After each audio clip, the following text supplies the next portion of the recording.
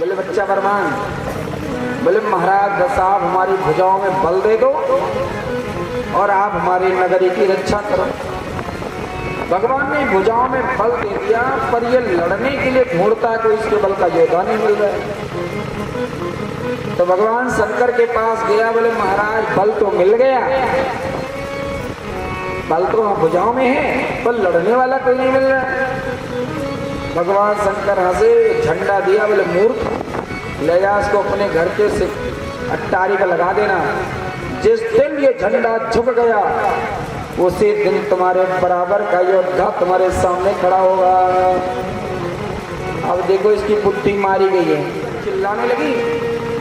एक देवी के चित्रलेखा, उसने कहा देवी विवाह तो तुम्हारा हुआ नहीं कि कांत कांत किसको चिल्ला रही। तो बेचारी लज्जित हो गई, मुस्कुराई। तो ताक काम का ये बहुत बड़ी चित्रकार है।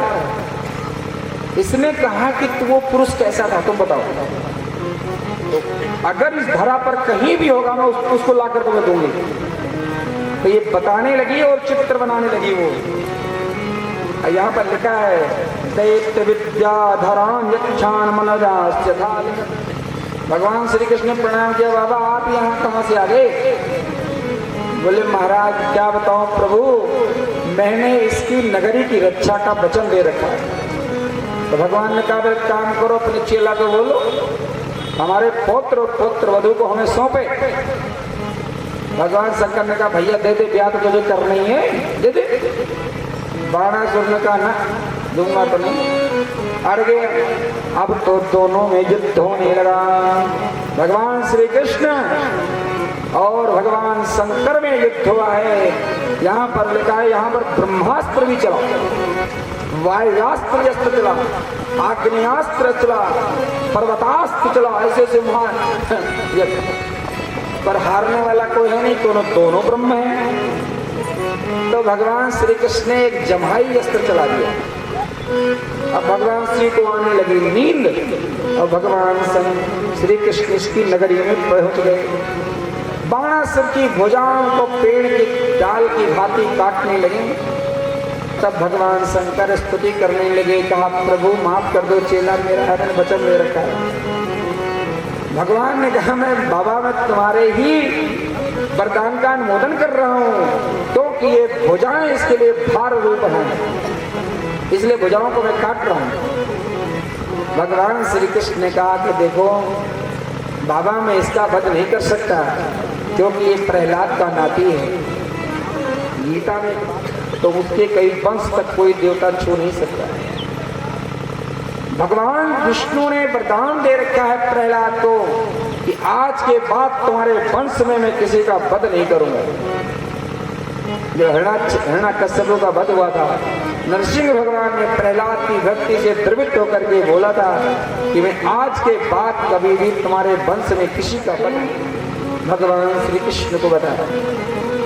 तब ठाकुर जी गए और जा करके बाएं हाथ से जैसे उसको छुआ तैसे वह गिरगिट देवता बन गया। भगवान पूछने लगे ओ भगवान आप कौन है भैया, गिरगिट बने यहाँ क्यों पड़े थे। धूल के कण गिन सकते हैं आप, आकाश मंडल के तारे आप गिन सकते हैं, वर्षा की बूंदें गिनी जा सकती हैं, लेकिन मैंने इतनी गाय का दान किया है कि गाय की संख्या नहीं गिनी जा सकती। भगवान ने कहा फिर बूढ़ी गाय दान कर दी होगी जो बिना काम वाली डंडा मार के फेंक दिए दूसरे का आलू खाए। बोले नहीं महाराज, पयस्वनी तरुणी शील रूपा, बहुत बढ़िया दुधारू शील संपन्न मैंने गाय का दान किया। बोले फिर लेकिन जहाँ दान की बात आती है वहाँ ब्राह्मण आता है, जहाँ दान देने की इच्छा होगी वहाँ ब्राह्मण आ जाएगा, बाकी सेवा करो। तो इसने कहा महाराज मैंने स्वालंकृतेभ्यो गुणशीलवद्भ्यः शीतकुटुम्भार्तवृतेभ्यः, मैंने एक गृहस्थी वेद पाठी वेद को जानने वाला, त्रिकाल संध्या करने वाला, गुणशील से संपन्न एक योग्य ब्राह्मण को मैंने दान। शब्दों में समझे तो राजा से भूल ये हो गई थी कि इसने किसी दूसरे की वस्तु दान कर दी। गाय दूसरे की थी, उस झुंड में आके मिल गई तो इसने क्या किया, संकल्प से किसी ब्राह्मण को दान कर दिया। अब वो ब्राह्मण लेके जा रहा था जिसकी गाय थी, दोनों मिल गई। और जब राजमहल में पहुंचे तो राजा कहने लगा, हे ब्राह्मण, क्योंकि दान देने के बाद में जो मालिक होता है वो उस पर से अपना अधिकार खो देता है। केवल संकल्प कर दे बस, उसके बाद में ये नहीं कह सकता कि मैंने दिया है या मेरा है, तो आप बोलने का अधिकार नहीं। राजा दान दे चुका था, इसलिए उस ब्राह्मण से कहा, हे ब्राह्मण, इस गाय के बदले आप असंख्य गाय मुझसे ले लो, पर ये गाय मुझे दे दो। पर उस ब्राह्मण ने कहा, हे राजन, मैं दान नहीं खाता हूँ, मैं अपने कर्म खाता हूँ, कर्म का फल खाता हूँ, मैं दान नहीं खाता हूँ, मैं दान लेने वाला ब्राह्मण नहीं हूँ, मेरी ही गाय मुझे चाहिए। किसी ब्राह्मण को पुचकार करके कंधा भात देके रोज बढ़िया चाय पियावे, खेत लिखा लिए, तो पुचकार के अगर दान ले ले तो 3 पीढ़ियां भैया, फिर पुरुषम लिखा है 3 पीढ़ी गई। और लिखा है कि अगर प्रसैया तो बलाधुक्तम, अगर कोई बल पूर्वक किसी तेजस्वी ब्राह्मण का धन खा जाए तो 10 पूर्वान 10 परान, आगे की 10 पीढ़ियां समाप्त हो जाती हैं। भगवान श्री कृष्ण इस वाक्य में बोले हैं कि मैं विष को विष नहीं मानता हूँ, ना हम हला हलम मन्ने, क्योंकि विष जो पीता है वो मरता है। बाबा, जहर जो पीता है वो मरता है, लेकिन ब्राह्मण का धन ऐसी अग्नि है कि कुलम समूलम दह्यते, कुलम समूलम दह्यते, कुल समूल। क्या लिखा है? भागवत सही बोल रही थी सही में। नातिन के यहाँ शेरवानी पहना दी तो कई जने कहीं कहा, बाबा लगा तोड़ गया होगा। वस्त्र का प्रभाव होता है ना। जब वे वस्त्र पहनता था वासुदेव का, तो ये अपने आप को वासुदेव ही मानता था। और इसकी यही भावना इसका कल्याण कर गई, इसलिए वस्त्र बढ़िया पहना दे। जितने अटा फटा पहनो जो उल्टा सीधा ना, वैसे जैसा वस्त्र वैसा मन। अगर बढ़िया धोती कुर्ता चंदन टिक्का लगाओ, वैसे ही खराबी शराबी पार न देखे बताओ यार, कहीं ना नीचे घर लेके नहीं गए।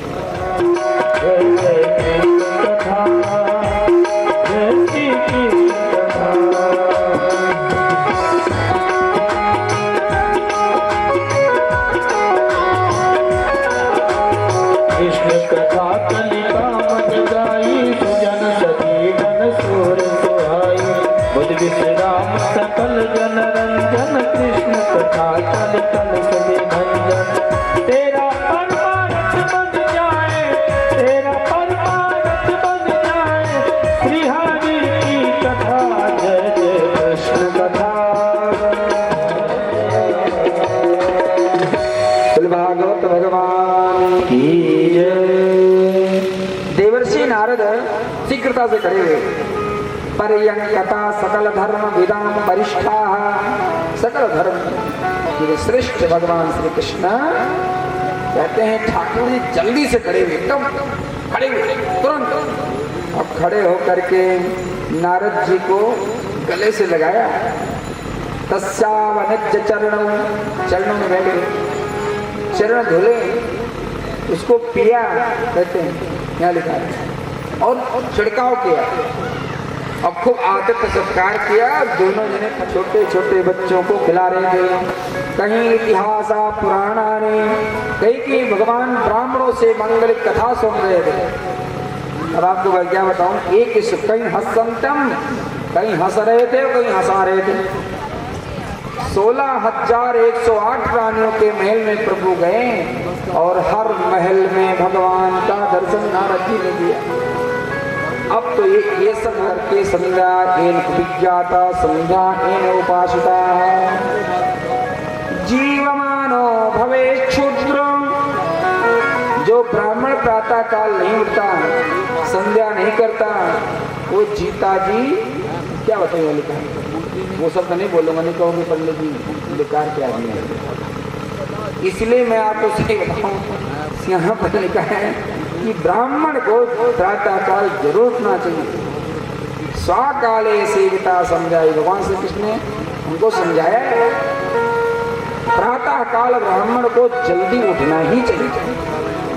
भगवान ब्रह्म मुहूर्त उठाया, ब्रह्म मुहूर्त वेदार का परिमुहूर्त है, जिस समय सुंदर मंगलिक बढ़िया ठीक ठंडी ठंडी शीतल हवा चल रही, उठ जाओ।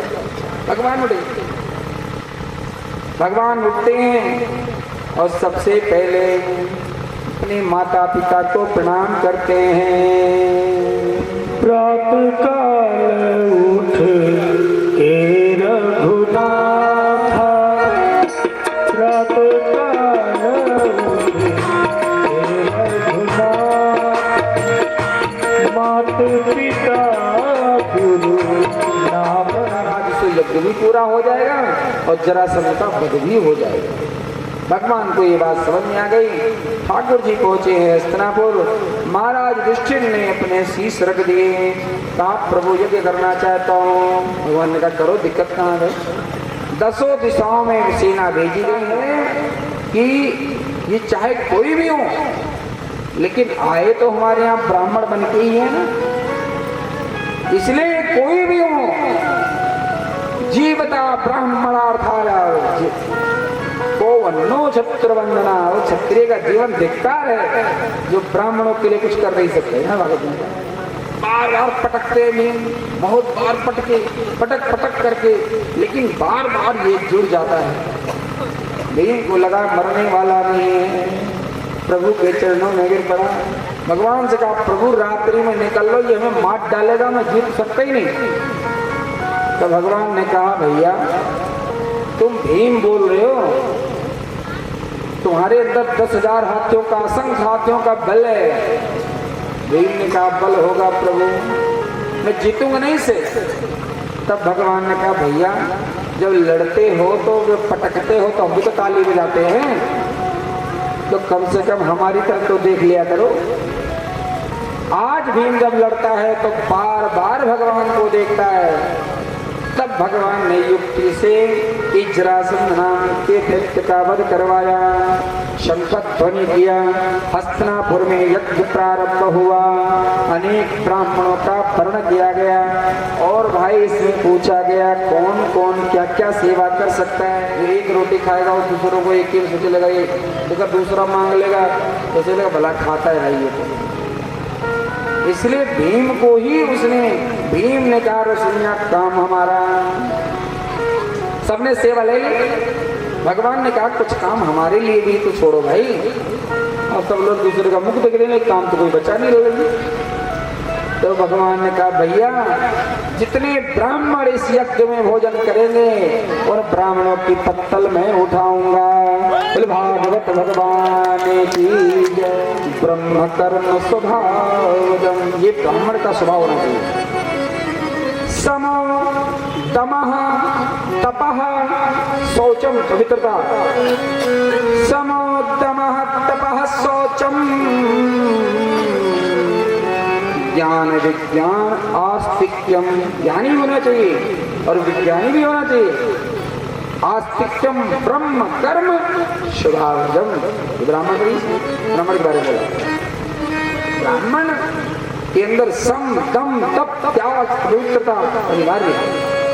अब तुम जहाँ पो वहीं खाबो, जौन करबो तुम करबो, फिर कहबो कि हमारी नहीं बना, वो नहीं बना, ये भैया वो भैया।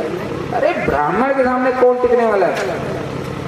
हमारी बात अपने गांव में बोली जाए, फिर गांव और मिलाओ तो पता नहीं कितना बोल रहे। ब्राह्मण की कथा इस भागवत में है, कई ब्राह्मण कथा इस भागवत में। अजामिल नाम का ब्राह्मण भी इस भागवत में बहुत कामी ब्राह्मण है, लेकिन प्रभु उसके लिए आए। एक धुंधकारी की भी कथा है, वो भी ब्राह्मणी है, उसका भी उद्धार हुआ क्योंकि उसने पश्चाताप किया। ब्राह्मण जैसे कौन कर सकता है, मरने के बाद किया कुछ नहीं, पर उसको चाहिए भी कुछ नहीं। ये दोनों बातें भैया, उसके पास है भी कुछ नहीं, लेकिन भागवत कहती है कि उसको चाहिए भी कुछ नहीं। इंद्रियार्थेषु प्रशांतात्मा, प्रशांत है, बिल्कुल पूरी तरह शांत है एकदम। एक अच्छी बात बताऊं भैया ना, अगर ब्राह्मणों कुछ ज्यादा इधर लपेटे हुए ना तो पाखंडी लगते किसी को बताइए, इच्छा भी नहीं रखता, है भी कुछ नहीं, भूखा भी है, लेकिन खाने की ज्यादा इच्छा भी नहीं रखता। इंद्रियों पर उसकी पकड़ है, प्रशांत आत्मा है, पूरी तरह से शांत है, पर उसी जीत के घबराता नहीं है। जितेंद्र तो वो तुम्हारे शुभ कर्मों का बैलेंस है। जिस दिन वो खत्म हो जाएगा तो उस दिन काल उस डाल को काट के बिल्कुल नाली में फेंक देगा। इसलिए पंडित जी ज्ञानी है ना, इसलिए वो जानते हैं कि जो कुछ हो रहा है ये सब मेरे कर्मों का फल है, इसलिए पंडित जी चुपचाप भोगने में लगे, भोग रहे। पंडित जी पंडितानी जी ऐसी नहीं है, वो थोड़ी सी कामना रखती हैं, इसलिए उनको सुखदेव मुनि ने दरिद्र कह दिया। पर दरिद्र है बिल्कुल, जैसे लगता दरिद्र साक्षात मूर्ति कृष्ण का मित्र है। जब इस देवी ने सुना तो पति के चरणों में गिर पड़ी। अब गिर करके पूछने लगी, अच्छा एक बात बताओ, तुम श्री कृष्ण के मित्र हो क्या? बोले हाँ मित्र तो हूँ। तो बताया क्यों नहीं? बोले देवी जरूरत ही नहीं पड़ी। बोले उनके बारे में क्या जानते हो? मैं सब पता लगा के आई हूँ। ब्रह्मण्यश्च शरण्यश्च, मैंने कहा मैं जानती हूँ, मैं पता लगा के आई हूँ, वो ब्राह्मण्य हैं, ब्राह्मणों के बड़े प्रेमी हैं वो। अगर कोई उनके चरणों में शीश रख दे ब्राह्मण, फिर तो अपने आप को ही दान में दे देते हैं। माँ का दर्शन देवी अच्छा किया, तूने कह दिया, चलो मैं जाता हूँ। लेकिन देवी एक बात बताऊं, मैं खाली हाथ नहीं जाऊंगा। क्या कहा? मैं खाली हाथ नहीं जाऊंगा, क्योंकि ये नियम है, गुरु के पास, ब्राह्मण के पास, भगवान के पास, और यहाँ तक कन्या के घर भी खाली हाथ नहीं जाना चाहिए। जो कुछ है कुछ ज्यादा कम की बात नहीं है। देवी मैं जाऊंगा तो जरूर, लेकिन मैं खाली हाथ नहीं जाऊंगा। कश्चित गृह कल्याण मुट्ठी चावल ही दिए, 4 मुट्ठी, या चित्वा चतुरो मुष्टि पृथक तांडुला, 4 मुट्ठी चावल देंगे। और वो 4 मुट्ठी चावल 4 प्रकार के हैं, टूटे हैं, टूटे हैं, फूटे हैं, पीले हैं, नीले हैं, मैंने हर प्रकार के चावल गिने जा सकते हैं कि एक घर का ये चावल नहीं। आऊं रे कन्हाई, कैसे आऊं रे कन्हाई, तेरी गोकुल नगरी बड़ी दूर नगरी, कन्हा तोर नगरी बड़ी दूर नगरी। और नगरी में कान्हा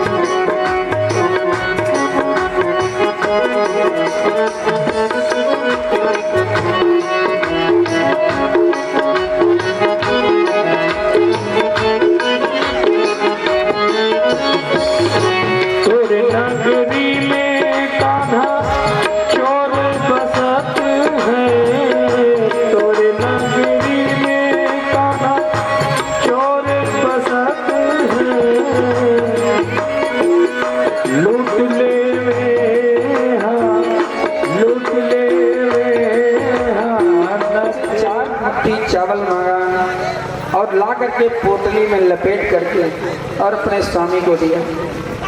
कहा देवी, कहा एक काम करो स्वामी जी, अब तुम जाओ।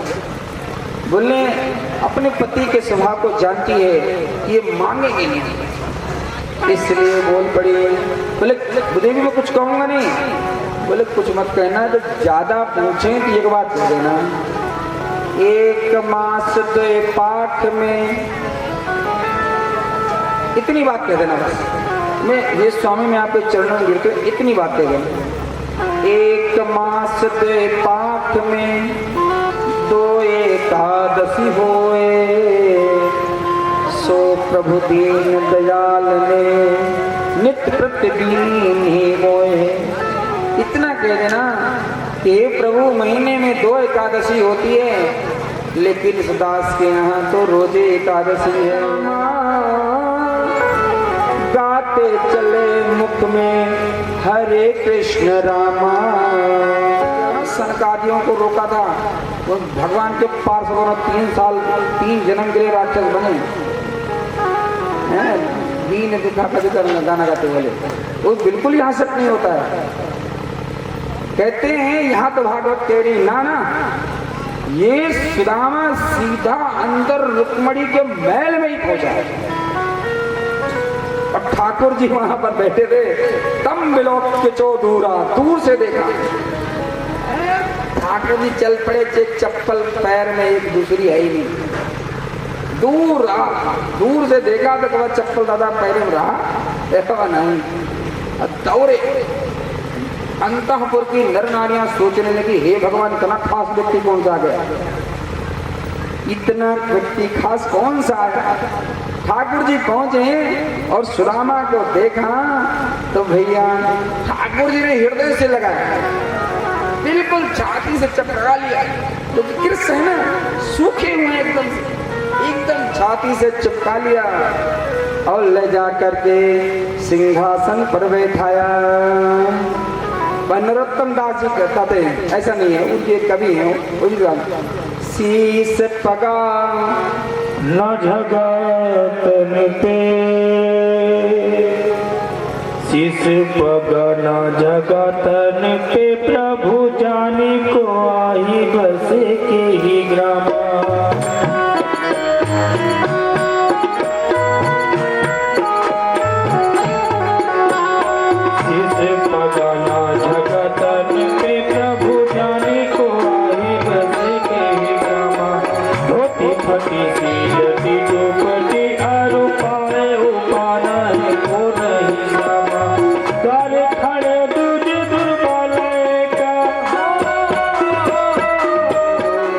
ब्राह्मण का सौभाग्य कितना बड़ा है।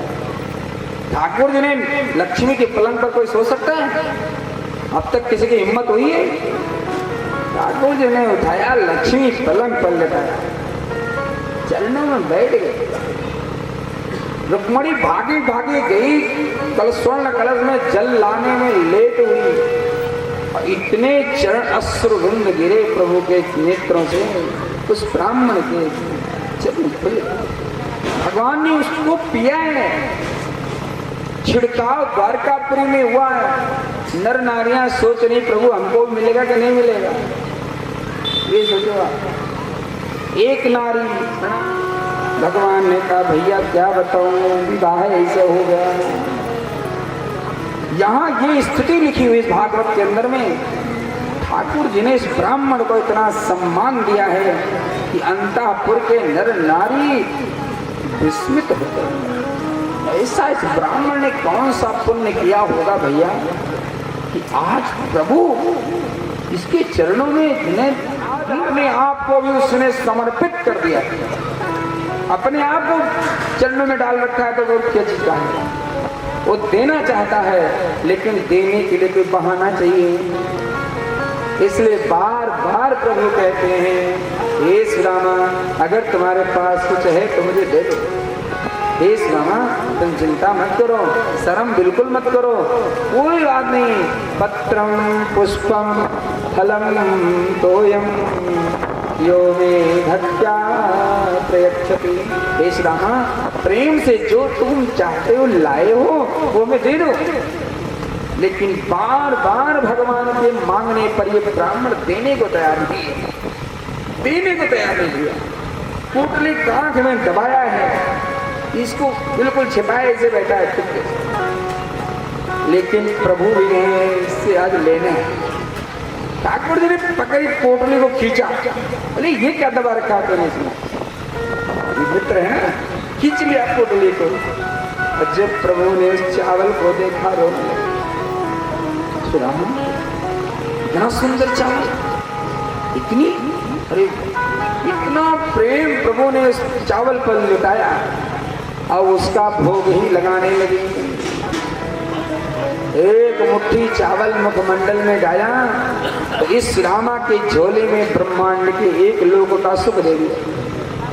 दूसरा चावल दूसरा मुखमंडल में डालना चाहते थे, माता लक्ष्मी भी घुटनों पे गिर गई।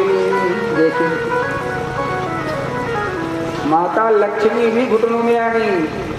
बोले प्रभु मुझे ब्राह्मण के अधीन मत करो, मेरे को, मैं आपकी अर्धांगिनी, मेरे आप धन है, इस ब्राह्मण के इतना पर्याप्त है, अब आप मुझे इसके अधीन मत करो। तब ठाकुर जी ने उस चावल को कहा काम करो तुम लोग सभी बांट के खा लो।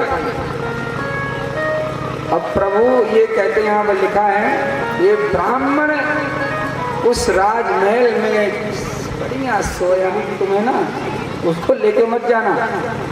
ये जो धोती, जिस धोती में तुम आए थे उसी धोती में तुम जाओ।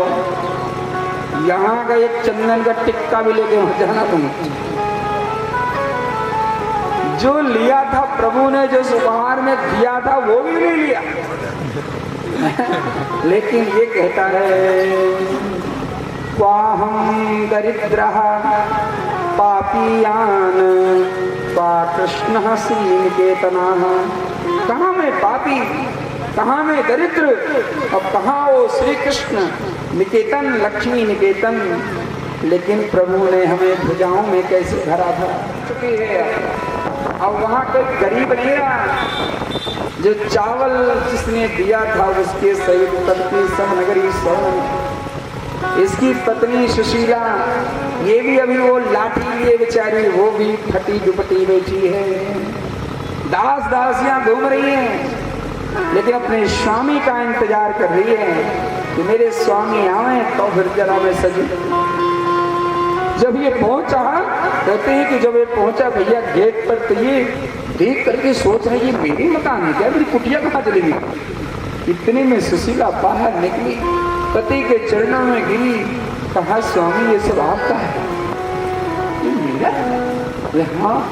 ये रोने लगा और कहने लगा कि हे श्री कृष्ण मुझे ये सब कुछ नहीं चाहिए, मैं तो आपका जन्मांतर मित्र बना रहा हूँ, बस मुझे दिन का क्या ले रहा। भगवान प्रकट हो गए, जा ही नहीं रहा घर के अंदर। भगवान प्रकट हुए और कहा पगले, अरे भैया ना खाने से खाना ठीक, अगर तुझे धन दिया गया है, इस कथा को जो ध्यान से सुनता है, यादेतद ब्रह्मण्य देवस्य सुन्नता ब्रह्मणताम नराः, इस मंगल में पावन कथा को जो ध्यान से सुनता है वह कर्म बंधनों से छूट जाता है।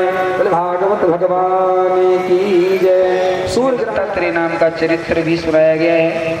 जीवन में दत्तात्रेय महाराज के मार्ग का पालन करना चाहिए। इन्होंने 24 गुरु अपने जीवन में बनाए और उन्हीं गुरुओं के मार्ग का अनुसरण करते हुए दत्तात्रेय महाराज जी धरा से परम पद को पाए हैं।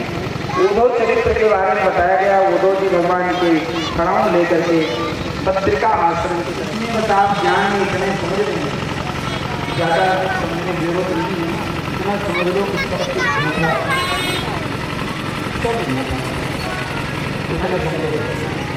जब शरीर तुम्हारा नहीं है तो फिर इसके आगे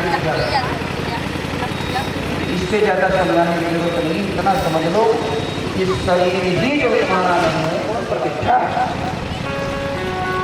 कोई नहीं पूछता, जब तक काम नहीं हो तब तक भैया, काम निकला तो बेकार। ठीक है, इतने समझ लो। यहाँ बहुत बड़ी बात लिखी है, ज़्यादा बोलने का समय नहीं है। उद्धव महाराज जो है प्रभु के चरणों में दिव्य ज्ञान लेकर के और भैया ठाकुर जी के पास गया तो देखा कि ये तो भगवान है, चरणों में गिरा, रोने लगा। भगवान ने कहा कि देखो ये सब कुछ मेरी माया से हुआ है, ये विमान देवताओं ने जो हमारे लिए भेजा है, इस पर बैठ करके तुम जाओ मेरे लोग। ठाकुर बदला पूरा हो गया। वो विमान पर बैठ करके वह बहेलिया स्वर्ग गया। आकाश मंडल में देवता लोग ये देखना चाहते हैं कि भगवान श्री कृष्ण भगवान इस तरह से कैसे अपनी यात्रा प्रारंभ वहते जा करके इसी भागवत में विराजमान हो गया। बोल भागवत भगवान कलयुग के बल हरि गुण कलयुग के बल हरि गुण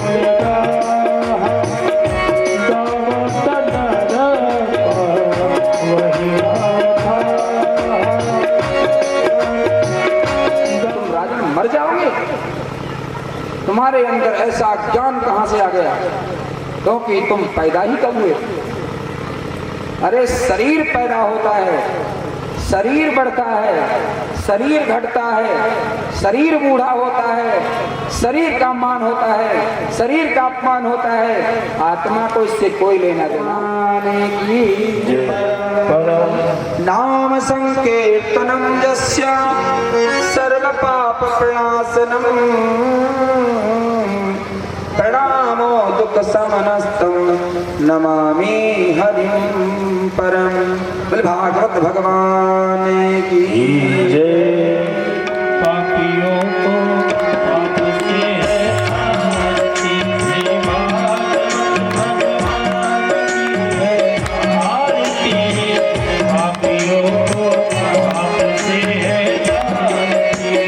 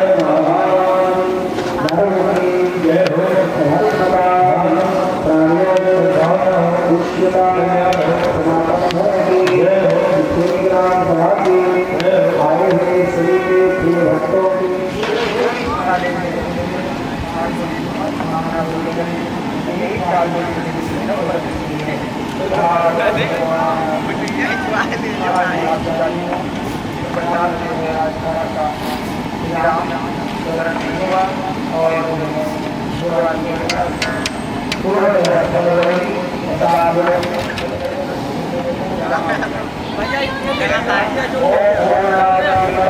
इधर मुँह करो, इनका कहते इधर मुँह करो, इधर मुँह करो। ले लियो मुँह।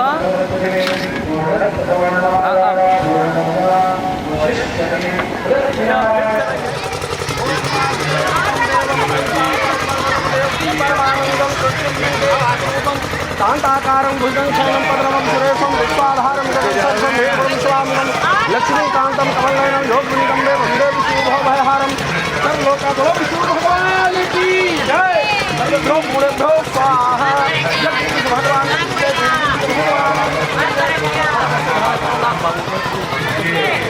ओम हरि ओम अग्नि देवता वायु देवता सूर्यो देवता चंद्रमा देवता वसु देवता रुद्र देवता आदित्य देवता मातृ देवता देवता भर्गो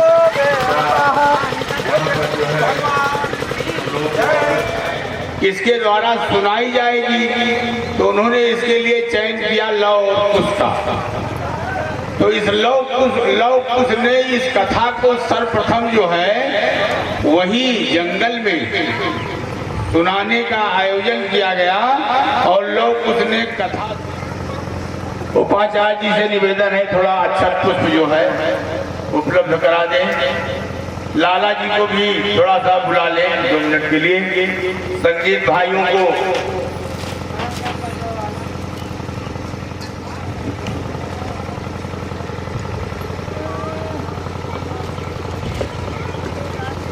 जो कुछ भी हम सबके क्षमता के अनुरूप हो सका है वो आपको मालूम नहीं रहा। ओ मंगलम भगवान विष्णु मंगलम गरुड़ध्वजः मंगलम पुंडरीकाक्ष मंगलाय तनोहरि। ओम स्वस्ति नः इंद्रो बृहस्रवाः स्वस्ति नः पूषा विश्ववेदाः स्वस्ति नस्तारक्षो अरिष्टनेमिः स्वस्ति नो बृहस्पतिर्दधातु।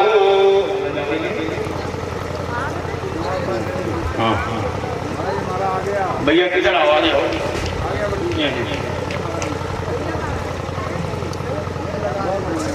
यही कनक सरकार का फोटो है।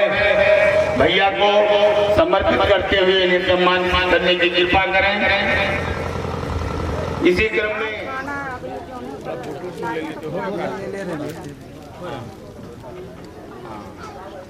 ओम चंदनस्य महत्पूर्णं पवित्रं पापनाशनम आपदां हरते नित्यं लक्ष्मी तिष्ठति सर्वदा।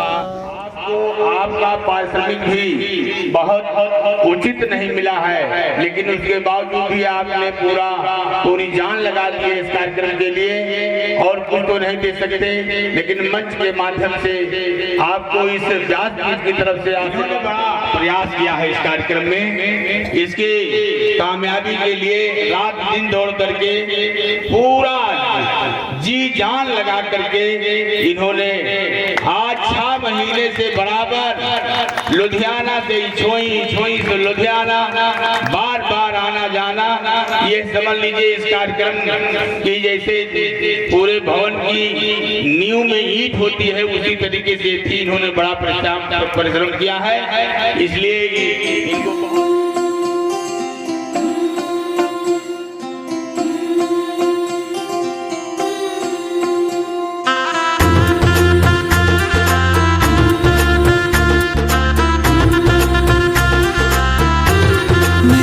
चौखट पे चल के आज चारों धाम आए हैं। बजाओ ढोल स्वागत में मेरे घर राम आए हैं। कथा शबरी की जैसे जुड़ गई मेरी कहानी से। न रोको आज धोने दो चरण आँखों के पानी से। बहुत खुश हैं मेरे आंसू के प्रभु के काम आए हैं। बजाओ ढोल स्वागत में मेरे घर राम आए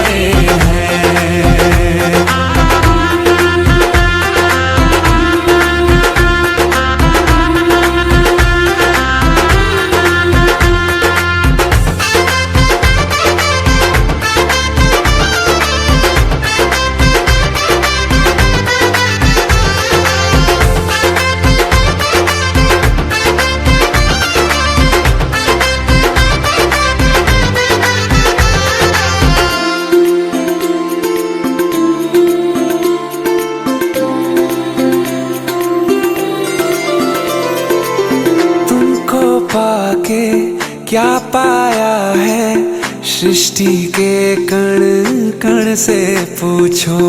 तुमको खोने का दुख क्या है, कौशल्या के मन से पूछो। द्वार मेरे ये अभागे, आज इनके भाग जागे।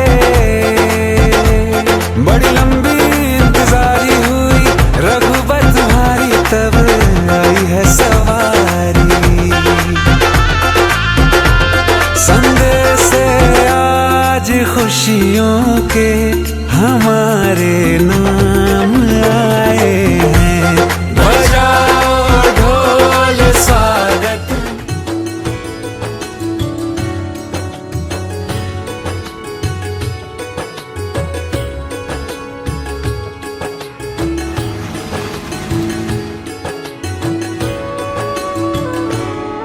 मेरे तन मन धड़कन में सिया राम राम है। मन मंदिर के दर्पण में सिया राम राम है। तू ही सिया का राम, राधा का तू ही श्याम। जन्मों जन्म का ही ये साथ है। मीरा का तू भजन, भजते हरि पवन। तुलसी में भी लिखी ये बात है। मंगल भवन अमंगल हारी, द्रवहु सुदशरथ अजर बिहारी। राम सिया राम जय जय राम। राम सिया राम जय जय राम। राम सिया राम जय जय राम। राम सिया राम जय जय राम। मंगल भवन अमंगल हारी। सिया राम जय जय राम। मंगल भवन अमंगल हारी। सिया राम ग्रह दशरथ अजर बिहारी।